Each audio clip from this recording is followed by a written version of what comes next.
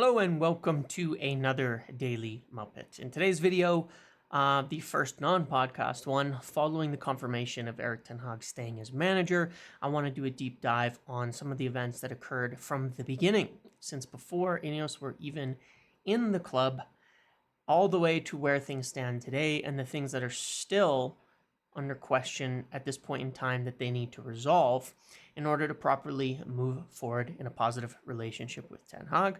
Then I want to talk about some updated transfer news. Now that this is resolved, there's a lot that can be said. So let's get into it.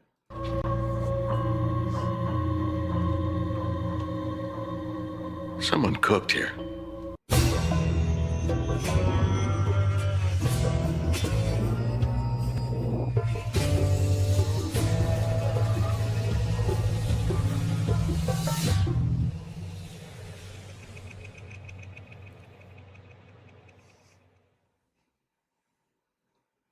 Okay, so yeah, deep dive. I will try not to make this take too long, but I've written a whole thing up.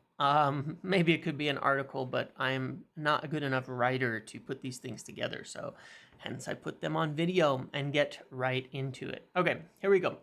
So, INEOS leadership, even prior to getting into United back in October, November of last year, were weighing up options for a manager change. They fully expected that getting into United, they would have to essentially gut the place and replace most, if not all, of the aspects from the executive level on down. At that point in time, United were obviously struggling.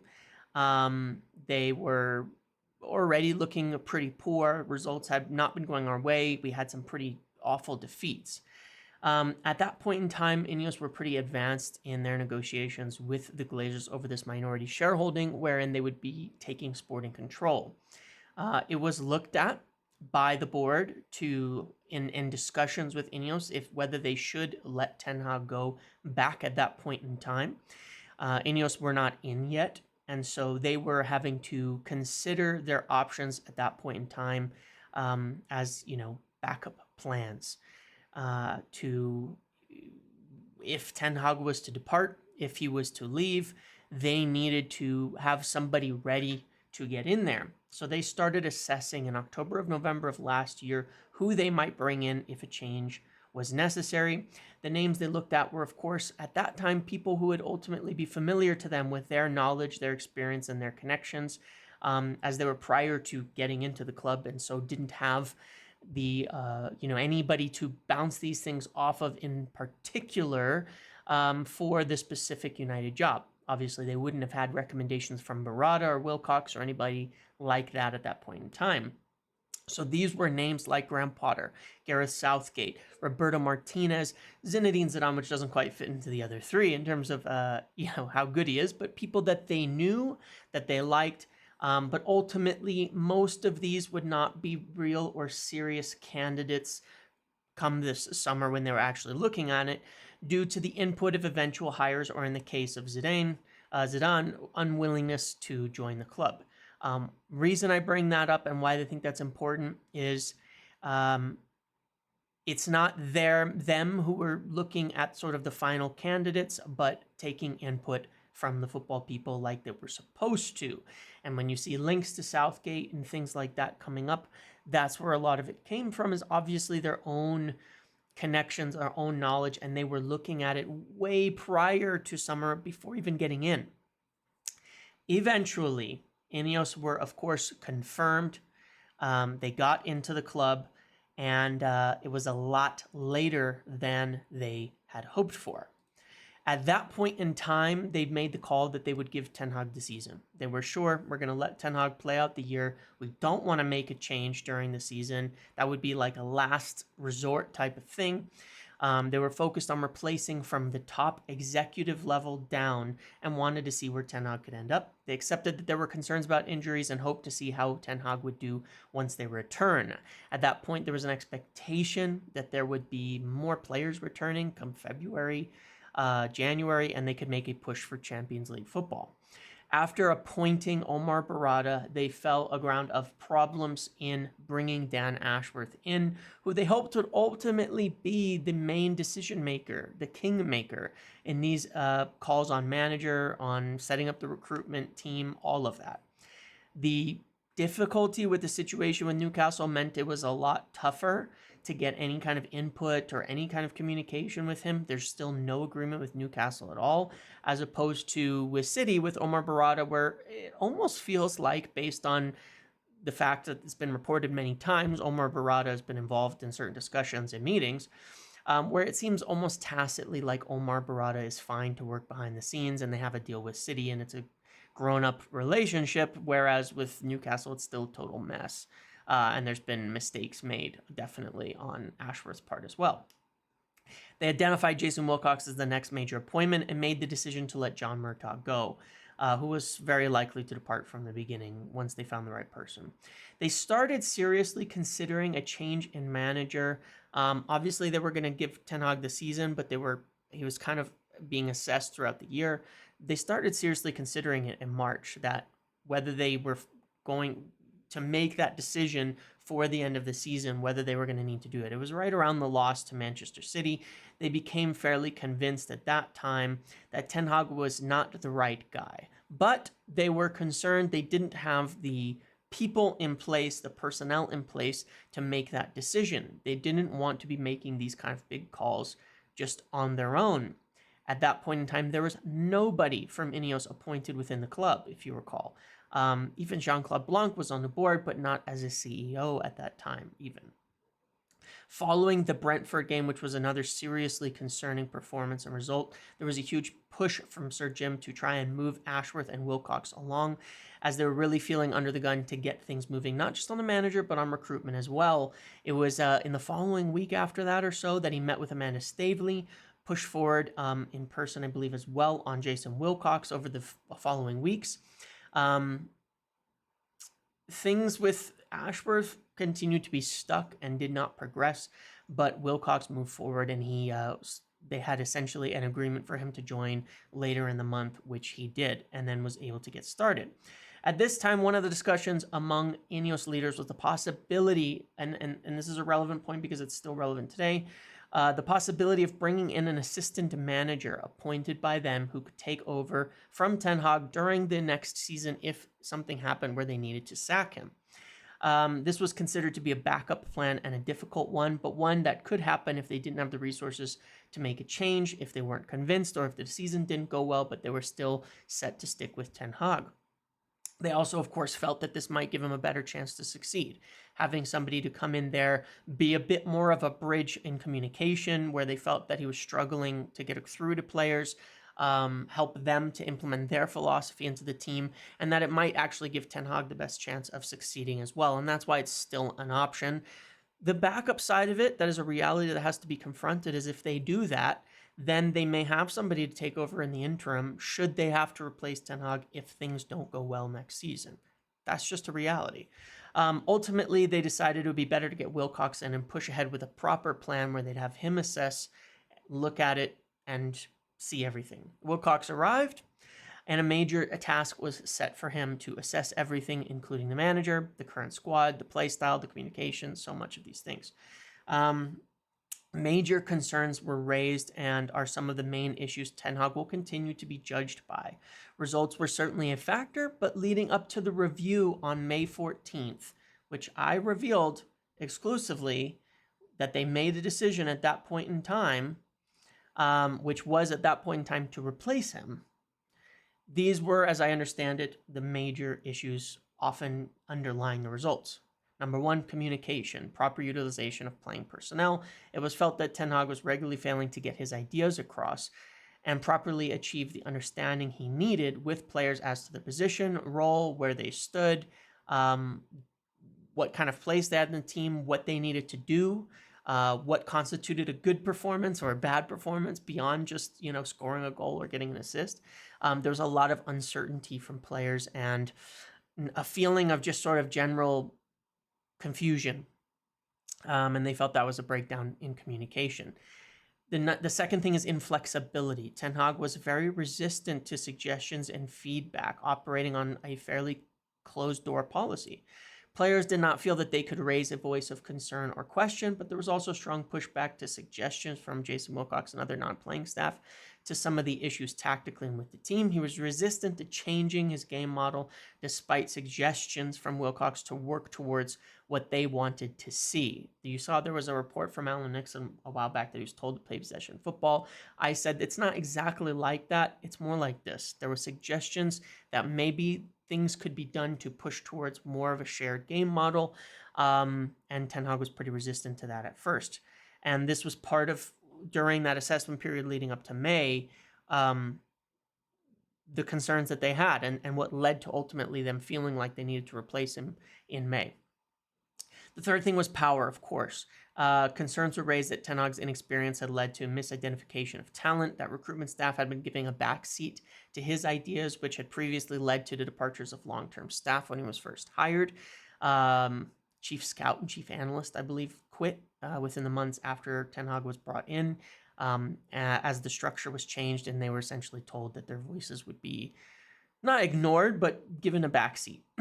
And that he held almost all the cards in making decisions, ultimately resulting in huge waste of funds, poor recruitment, and good ideas passing by unnoticed. That's a concern. They decided at that point in time that their course of action would be to let him go and began interviewing candidates directly right in that period of time, talking to people and assessing them. This has all been essentially confirmed at this point in time. Aside from, at this point in time in May, I talked about this meeting. I revealed it on this. I gave some hints, but, I didn't want to mess up the team. I didn't want to interfere. When I talked about it back in October, November last year about INEOS looking at potential backup plans for the manager if he were to be replaced, I was contacted and told that it was causing problems. That's just a fact of it. And that's not my intention. I'm a fan first. I could have run May 14th, Ten Hag being sacked. The decision has been made. I could have run that and just blared it out there. Would it have helped the team? No. And I said that many times in my videos. I don't know what would have happened, but in the lead up to the FA Cup, obviously a lot of the news came out, but it was tentative and they were already really prepared. If I'd done that 2 weeks earlier, I don't know what effect that would have had, but I was told specifically that it had a bad effect previously, so I was pretty careful about it. And that's one of the things that kind of annoys me with some of the criticism, things like that. Regardless of my opinion on Ten Hag, I said many times that I wanted to not talk about it too much in the lead up to the end of the season because of the respect for him and for the team, and not wanting to mess things up with an FA Cup final and all of that ahead of time. And can believe me or not on all of this, but it is a fact that it was felt by people that even when it was mentioned previously that it caused problems, and I decided it would be better not to get into it. But that was the decision that was made. That was all confirmed by The Athletic. It was also confirmed, like I said, that in the post-season review, Sir Jim and Sir Dave were off on his yacht in Finland. And there wasn't this big, all-together meeting. They were really waiting while interviews were conducted on managers. But we'll get into the post-FA Cup stuff directly. They decided, one of the deciding factors, one of the problems that kind of was created and led to this and will be something big moving forward is Champions League qualifications. Not only do we lose out on the TV money and things like that, but United's new deal with Adidas that was signed last year means that we lose 10 million every time we miss out on Champions League. It used to be you needed to miss consecutively for it to drop. Now every time you miss, we lose 10 million in revenue. So that is an issue. A serious factor that came up in all of these discussions that gave everybody sort of pause despite their consensus decisions was that Dan Ashworth was not involved as they wanted him to be, and that it was going to be a serious decision. Ultimately, I think this is this was of course something that where INEOS have not have kind of dropped the ball and not done what they should have done or what they could have done. It's been very messy to get him in there. They needed to resolve it in a timely manner, so that he could have been involved in all this in terms of assessment. And that was one thing that gave them pause, even when they'd made the decision to say, shoot, what if we get it wrong? And that was a concern. Following the FA Cup victory, which obviously had an effect, whether it should or shouldn't, it had an effect.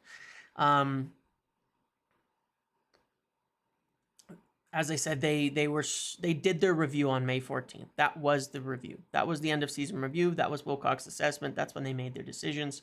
They started interviewing. They're already working on it. The FA Cup win was probably a surprise, but at the same time, they continued interviewing. They did not speak to Ten Hag until the day that it was broken by David Ornstein that he was staying. Realize that. They did not speak to him until that point in time. And as they all reported, it's not quite so pretty as to say, yeah, he was always the guy and it was all good. Managers that they might have made stronger pushes for would have been expensive. You can see United's financial situation is very difficult. Pochettino, as it was said by Keegan today, there was concerns around negotiating his release from Chelsea, where he might have been owed another 8, 9, 10 million on top of cost to sack Ten Hag. They don't have the money to do that this summer. Tuchel, it seems like, which side you believe, may have actually turned United down. De Zerbi, as was reported by Buhafsi today, you can't just ignore that and say it's not true because he's essentially the Ornstein for France. That De Zerbi turned down an English club, which was Manchester United.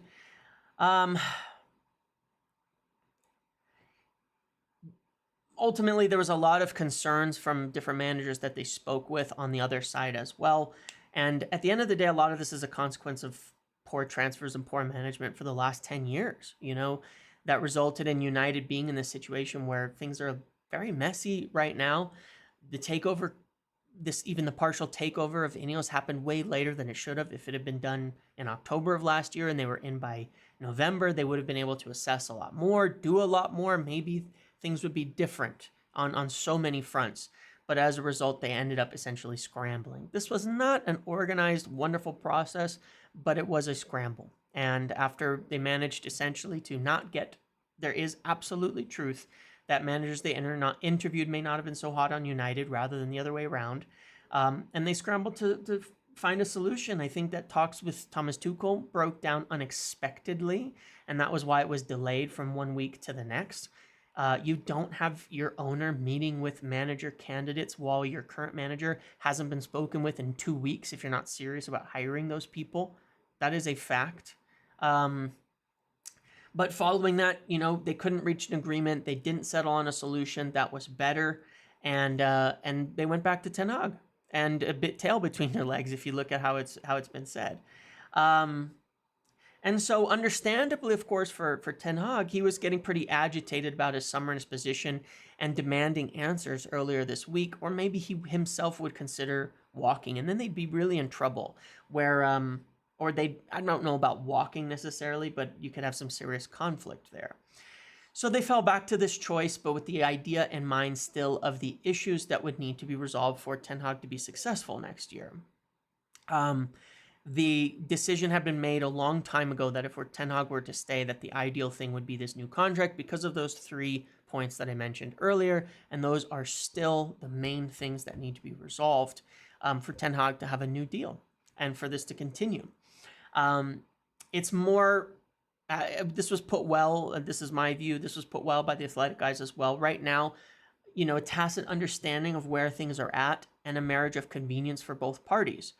Hopefully it works out really well. I'm not trying to say that we shouldn't do it. I'm behind it. I hope it works out really well, but it is definitely a requirement that these 3 things are resolved for it to have any chance of success, because fixing the structure means fixing these things. The issues they will need to work and resolve are 1, the transfer power, 2, the ability for the technical director and above to have this input on the game model. Training schedules, team, these are these types of things that we've talked about before that I said Ten Hag would need to accept. They were raised in the discussions. There seems like there's a willingness on both sides to get there, but they have to be done. Those are things that have to be agreed to for this to work. And then the other factor that might be included in this which I think is a positive anyway for any manager, but the implementation of proper goals, targets, perhaps break clauses and things like that, that would allow for, if things don't go the way that they want them to, for an easier way to break, even if he's given, 2+1 or 3 years to go on the deal. But that is, we'll see what happens on all that. That's all a subject of negotiation. A huge factor is they need to get Champions League, and they are going to want to have major clauses that come into effect should they not achieve Champions League. It is absolutely vital to the overall project and long-term plan that they are able to get Champions League. These are the key aspects that will be fully ironed out for the relationship to work properly. And they have to be for this to work. For this to have any chance of working, they have to be. And both parties need to get there on this. My view on it is that so long as these things are resolved, United will progress. If we have a club-led game model and a club-led recruitment, then no matter what, we're going to be building a team that is properly in line with where we want to go. And no matter who the manager is, that's happening. And then it gives the manager the best chance to succeed. There's consistency. And if a change has to be made later on and it doesn't work out with Ten Hag, then it's not resetting, but actually continuing to move forward in the right way. But I really hope that Ten Hag understands and accepts what they're trying to do as well, because it's the best way forward. It's not been working. And, it's just not. This has to be resolved for this to work. And then I think there's a much better chance of it working. So we'll see what comes out of those kind of negotiations, okay? So that's kind of the deep dive of the whole runway as to what happened. And, now hopefully we see positives moving forward on this and that it works out, if they can get this all agreed, if they can put it all together, if they can make it work. And I feel positive on it. Based on some of the things that are out there. There's a bit of back and forth on these types of things as to whether, which is all a part of negotiations, of course. It may be that, for example, look, the fact of the matter is it may be that there's a change in his compensation. Maybe he gets more money in return for not a demotion, but a diminishing of the scope of the job. Maybe that's all a part of negotiation and making these things work. But I ran a poll last night because I wanted to see. I understand people disagreed with me on Ten Hag's side of it, and there's more people who want him to stay. That's fine. I always welcome people to have different opinions to myself. Everything I passed along was true. Everything I said was information. And let me see, where the heck is my poll? Here we go. Yeah. So I said, do you agree that the club should be fairly uncompromising in setting up a club-led game model and transfer process? The manager, of course, would have a voice, but just a voice rather than a definitive voice. Out of 11,000 votes, 95% said yes, the club-led is vital, while 5% said no, Ten Hag keeps control. So I think even if you were adamant, Ten Hag's the guy, we want him to move forward, we want everything to happen, you want him to agree to these changes in the contract. I think we all are on the same page, and I would think that everybody's on the same page there, and that way we can all be together, as a fan base on this as well, and I hope to see that. Transfers. I've put out a bunch of news last night and this morning on transfers. And as this is kind of resolving, I've said that the work has already been starting. It has. Steve Brown, Hargreaves, Wilcox, they've been pushing on a lot of these deals. So there's a lot of stuff in motion now. Obviously, I think it wasn't, as I said before, I think it was necessary for the manager thing to be resolved to finalize and finish deals. But I thought that they could definitely make progress on a lot, and they are. I put a lot of news in Discord early this morning, and such. I rarely plug this, but I am going to this time. It annoys my mods when I advertise Discord too much because hundreds of people come flooding in. But the other thing is I've got a ton of messages recently asking, do you have a PayPal, something like that, to send donations to? I don't want you guys to do that. You don't need to do that to support me or to support the channel or anything like that. You can watch, you can participate in the lives, you can do things like that. You don't need to send me money for nothing. That being said, if you do want to support, there's a Patreon link in the Discord. There's a Patreon link below. And I say do that. Don't just send me money, because there's actually benefits to that. Discord channels where I hang out and spend most of the time that I'm in Discord and talk to people and go over things in a bit more. I do put information in that Patreon as well regularly, before I feel like I can put it out publicly, before I've confirmed it. Gives a bit more behind the scenes of the stuff that ends up on these videos on Twitter and publicly posted. So I just wanted to mention that. You do not need to send me money on PayPal. There's other options if you want to support, but otherwise just watch the content and watch the videos, and I appreciate you all very much. On transfers, Michael Olise, the first thing, as I was told last night, and I posted last night privately and then this morning publicly on Discord and on Twitter, Chelsea had open talks with Crystal Palace over a deal for Michael Olise. At this point in time, his view of it is to see who will make a deal with Crystal Palace and then be able to choose his options. Doesn't eliminate United from the race, but it certainly puts, Chelsea want to move forward and put pressure on the situation. Tried to steal a march. It sounds like Newcastle and Bayern have gone in for it too. So a lot of competition. At the end of the day, he's going to look and see who agrees a deal and then choose where he wants to go. He is a smart guy, and I think he will take his time to make a decision about his career. I wouldn't say that it makes United look very likely at the moment, but it's still an open race in that respect, because if they come in, if they want to make a deal, then there's something there. Problem, of course, is budget. 60 million, something like that, to get him done. United's budget this summer is probably going to be starting in the range of 75 million. It was reported that it was 50 million before the qualification for Europa League. That does add quite a bit of money, 25-30 million maybe, net. And the other thing is the certain types of departures are worth more than others. So Mason Greenwood, one of the pieces of information I put out, it was said this part that Juventus were very interested in Greenwood. As I hear it, they're probably going to make an offer in the range of 25 million pounds or so, plus add-ons. They haven't yet.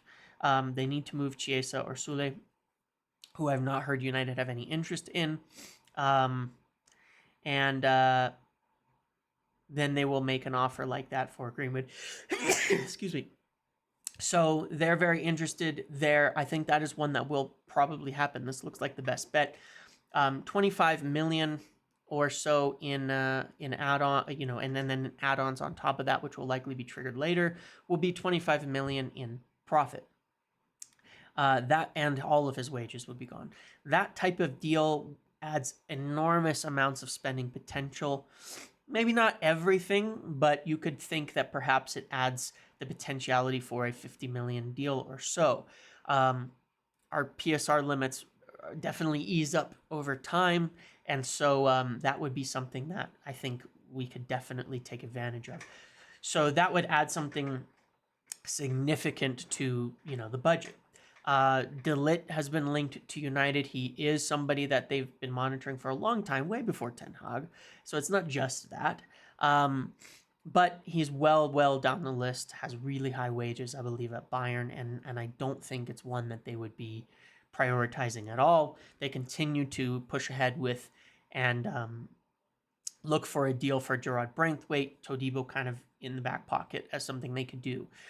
If they could spend 40 to 50 on a center back, and then they could target a forward like Xerxes, which is one that they're very interested in. I'm curious to see if this means there's going to be maybe a change in the way that they play. I would strongly keep an eye on the Marcus Rashford situation this summer. There's no talks for him to leave at this point in time. He's not engaged with any other clubs, but there is interest. There are people checking things out. And it's a lot of it is going to depend on his role at the club and how that goes moving forward.